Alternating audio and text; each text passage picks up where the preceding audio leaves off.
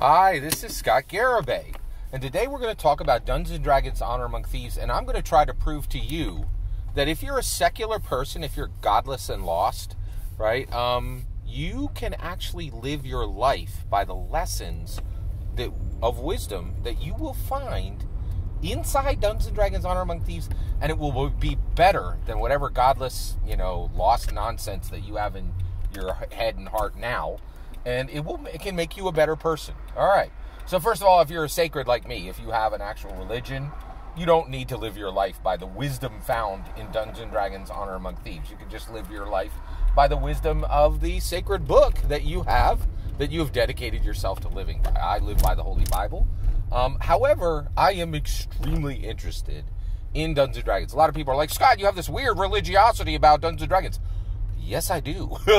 So one, I am a religious person. I'm an evangelical Christian. I'm saved. I'm going to heaven, right? But there was an incredibly important man who I loved him to death. His name was Will, and he's a Christian brother and Christian brother. And he said, "Do you weep for the lost, Scott?" And I was like, "What do you mean?" He's like, "You're going to heaven. Great for you, right? You smile at everybody who goes to church every week, but then you go to Wawa and you buy a hoagie." And that teller, this is back when I actually used human tellers at Wawa. I use the Plinth now. He's like, they're going to hell. Right? Like, they're going to the hot place, man. And did you shed a tear this week for him? And actually, I truly believe that Dungeons & Dragons is the most powerful tool that anyone who is godless and lost, secular, is their greatest hope. Because I believe Gary Gygax built a human flourishment engine and disguised it as Dungeons & Dragons. And if you are godless and lost, right, and you don't have a better path, right, like you don't have, like, that's why Gary put alignment in there. He's like, are you good or evil? You really need to think about your life, right? And it was for secular people, right? And I'm very glad that there's this powerful secular engine for people who refuse to believe in Jesus and, get good, right? Like, it's like, quite literally and figuratively, or like, actually, we're all horrible wretches, but Jesus encourages us to be like him, so it works out, right? Okay, all right. So let me tell you the second. So when I watched the movie for the fourth time, okay, this was in theaters. It was at a Regal, right? And I watched the movie for the fourth time. There was a powerful lesson in the middle of Dungeons & Dragons Honor Among Thieves that a secular person could live their life by, right? It's powerful, right? And it's meaningful. And you can dedicate yourself to following this path in your life and become a better person based on it, right? Now, why is that? Well, Daly and Goldstein were geniuses, but that's not the reason, okay? The reason is this comes from the life tree of Gary Gygax's legacy. He built this human flourishment tool, and he is shouting from his grave wisdom every single day that is 1,000 times better than the godless, lost nonsense that's in your head and your heart, right? He set a path that godless, lost people can follow, in my humble opinion. All right, so here's the wisdom, all right? What did I learn what was the powerful life lesson contained in Dungeons & Dragons Honor Among Thieves, which says everyone who said this movie every single person who said this movie was a popcorn movie can go kick rocks, because this is powerful and useful and real, right? What was it? Can you tell me, right?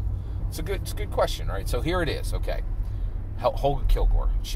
I'm convinced she is the heart of this film. She is absolutely incredible in this movie, and she's really important, and you really need to pay attention to Holga when you watch the movie, right?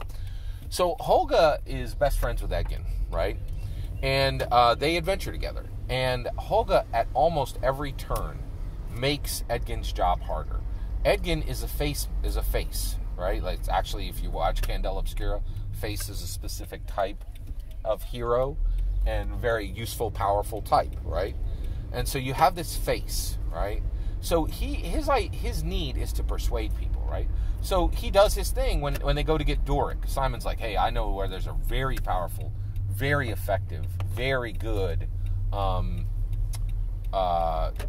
me take you, right, to a powerful, effective wild shape, a druid, right? So they go to Doric, and Edgin starts his flow, and he's like, hey, you need to join us, right? We're going to take down Fort Williams. And so Doric listens, and she says, Edgin, what do you do again?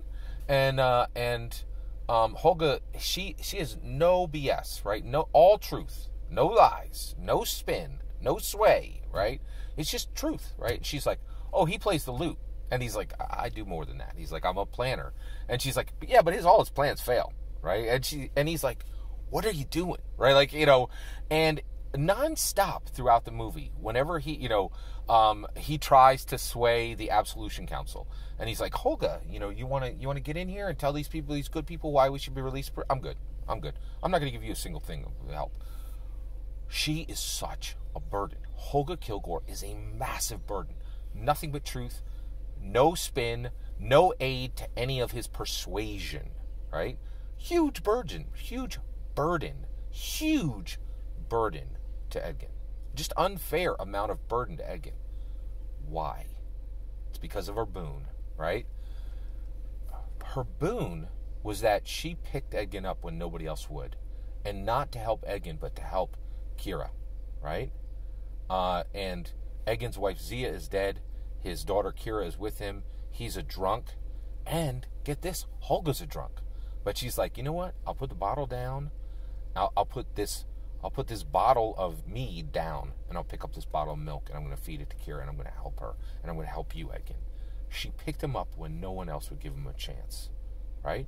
And then she wrecks. Right?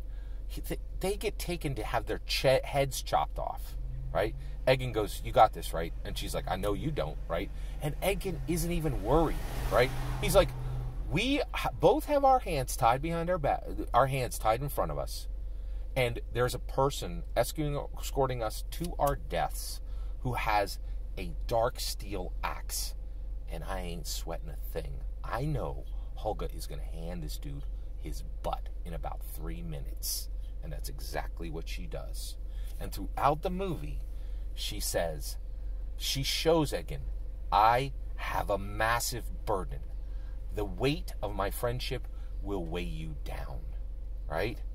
But my boon, what I can do, outweighs my burden. And this is a powerful life lesson. Do not try to be the kind of person who is not a burden to their friends. Be a burden to your friends. Be a terrible weight upon their shoulders. But make sure that your boon is 3 times your burden. And that's the lesson of Holga Kilgore. Do not attempt to be a burdenless person. Let your burden be heavy. But make sure your boon is 3 times, 10 times your burden. Make sure your boon is greater than your burden.